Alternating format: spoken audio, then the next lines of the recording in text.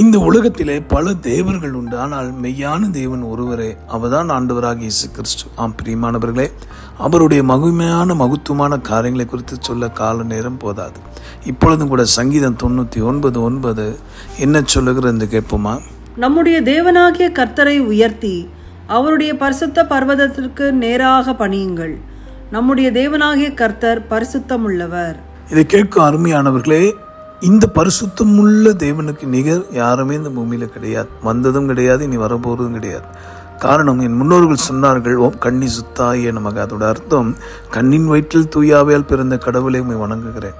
இந்த உலகத்திலே எல்லாருமே ஒரு ஆண் பெண்ணுடைய விருப்பத்தின்படிதான் பிறக்கிறார்கள். ஆனால் பிறவிலே பரிசுத்தமாய் பிறந்த ஒரே தெய்வம் இயேசு ஒருவர். ஆனால் தான் இயேசுவின் ரத்தம் சகல பாவங்கள் நீக்கி நம்மை சுத்திகரிக்கும். அவருடைய ரத்தம் பரிசுத்தமானது. அவருடைய பார்வை, அவருடைய சிந்தை, அவருடைய எண்ணங்கள், அவருடைய சரீரம், ஆத்மாவி எல்லாம் நமக்காக, தேவ ராஜ்யத்தின் மீட்புக்காக நமக்காகவே சிந்தப்பட்டது. அப்படிப்பட்ட பரிசுத்தரை குலதெய்வமாய் ஆத்மநேசராய் ஏற்றுக்கொள்வது பெரும் பாக்கியம். அதனால நீங்கள் தயக்கம் கொள்ள வேண்டாம். இன்றே மனம் திரும்புங்கள், அந்த பரிசுத்தரண்டை வாருங்கள்.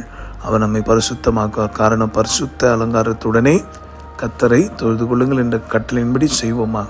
ஜெபிக்கலாம். அன்புள்ள ஆண்டவரே, எங்கள் வாழ்விலே பரிசுத்தை குறித்து பேசலாம், ஆனால் எங்கள் இருதயத்தில் அதை கொண்டு வருகிறது நீதானப்பா.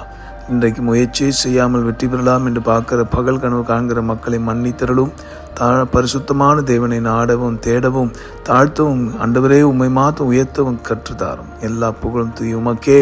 மகா பரிசுத்தரே, உம்முடைய பாதத்தை சாட்சாங்கமாய் பணிகிறோம், உதவி செய்யும். மீட்பர் மூலமாக ஜெபிக்கிறோம் எங்கள் நல்ல பிதாவே, ஆமேன்.